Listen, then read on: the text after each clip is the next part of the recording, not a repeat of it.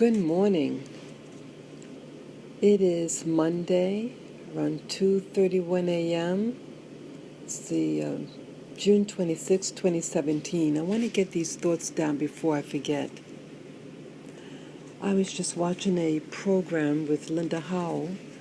She is a UFO researcher, and she was talking about these, she interviewed many people, and she interviewed a contactee, a woman, and that she was abducted at a young age. She was a teenager at the time when it started. And how she had witnessed in one of her being contacted, abducted, and she saw these, clones. There was an elderly man lying down, and near him were these tubes with beings in there, and these were supposed to be clones of the man.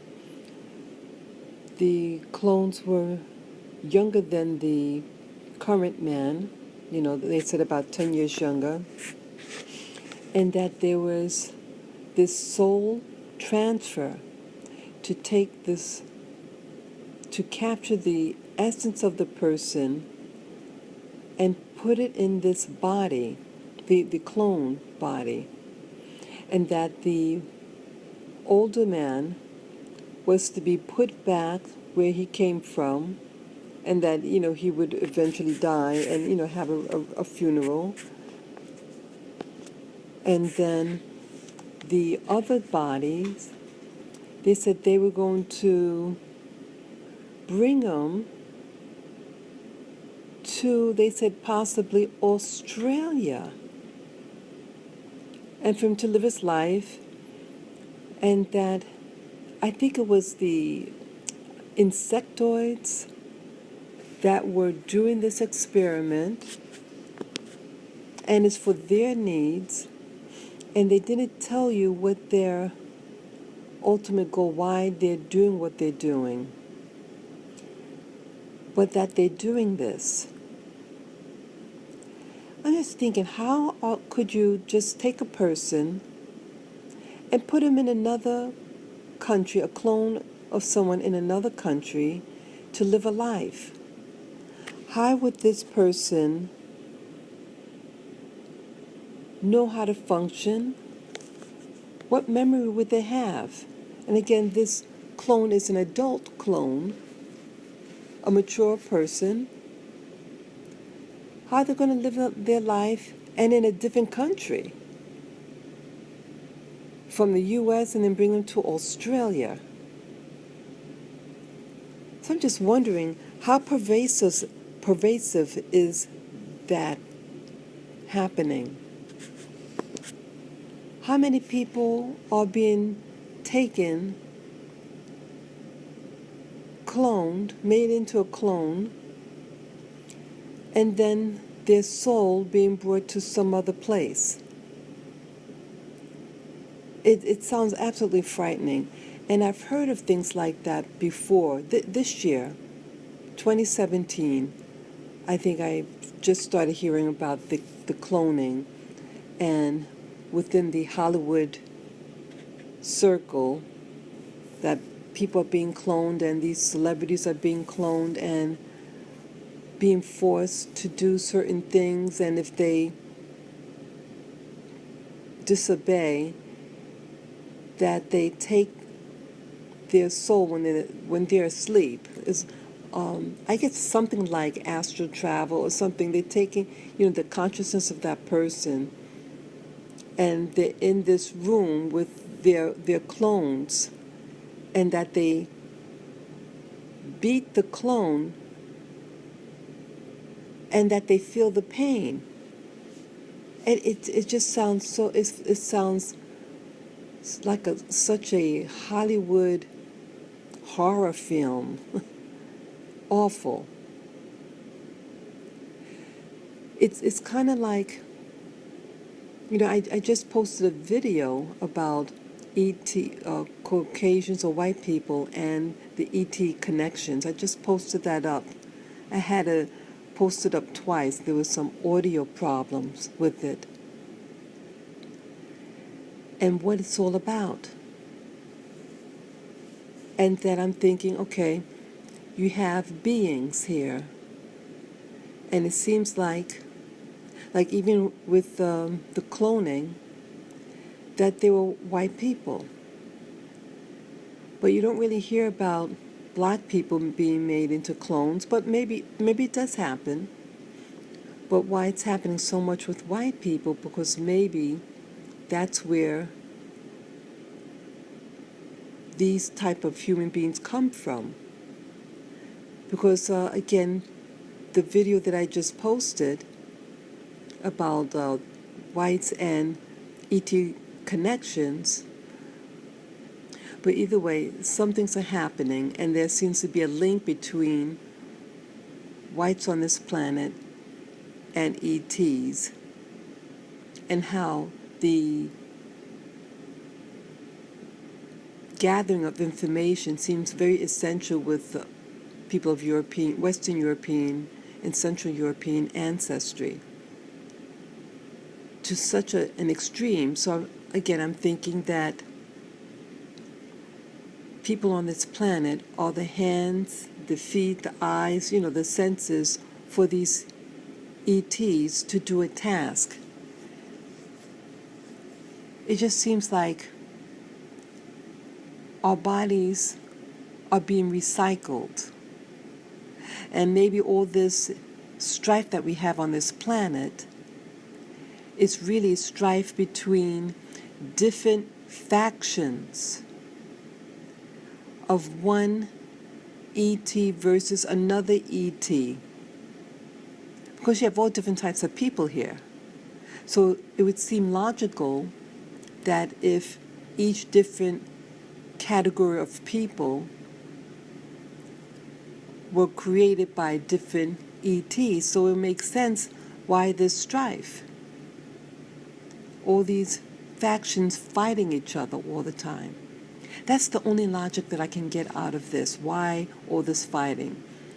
So each of them have their own purpose of getting resources and then sending these resources somewhere else. And then I also started thinking earlier, it just came to my memory about the Egyptians, the ancient Egyptians at the time of the pyramids or the pharaohs. Now these ancient Egyptians, at least the royalty, the kings and queens, that they seem to have,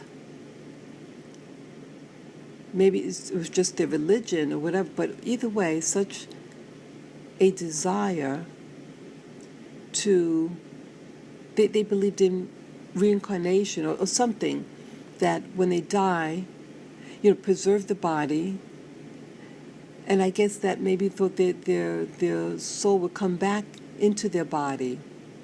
I don't know. But to go through such a degree about this life. So again, like even in Christianity, they talk about, you believe in the Jesus and that you have eternal life. Is this eternal life that Jesus is talking about? Is he talking about cloning and soul capturing and putting these souls into a new body? Because if you have an old body, if it deteriorates, how are you going to get the new one? You can't get your old one.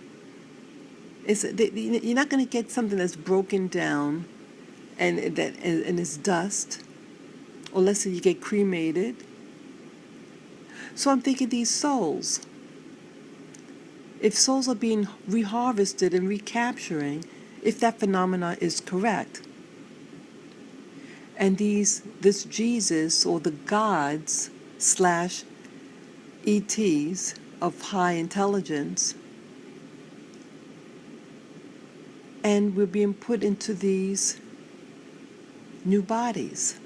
So maybe the Egyptians too, they had contact with ETs, and the only thing they knew was, hey, I want this new life. And you see with some of the tombs that they had all their belongings. They had replicas of their belongings, even replicas of people who they knew, their servants and things like that. Or is this another metaphysics that by intent, like you have you manifest in the non-physical world, you manifest by what you produce in the physical world. So if you want your belongings and stuff with you in this realm, make a replica of them, and maybe energetically it goes into this other dimension. I know of people who claim, this astral travel, and that you have different dimensions that are occurring at the same time and the same space, but different dimensions within that space. And it may look a little different than this one, not exactly. Maybe this is part of it. And that they were saying that if you think hard enough with your mind, that you can create a world with your mind in the other dimension. And I was told this through a class that I took with astral projection, and that the mind is very powerful.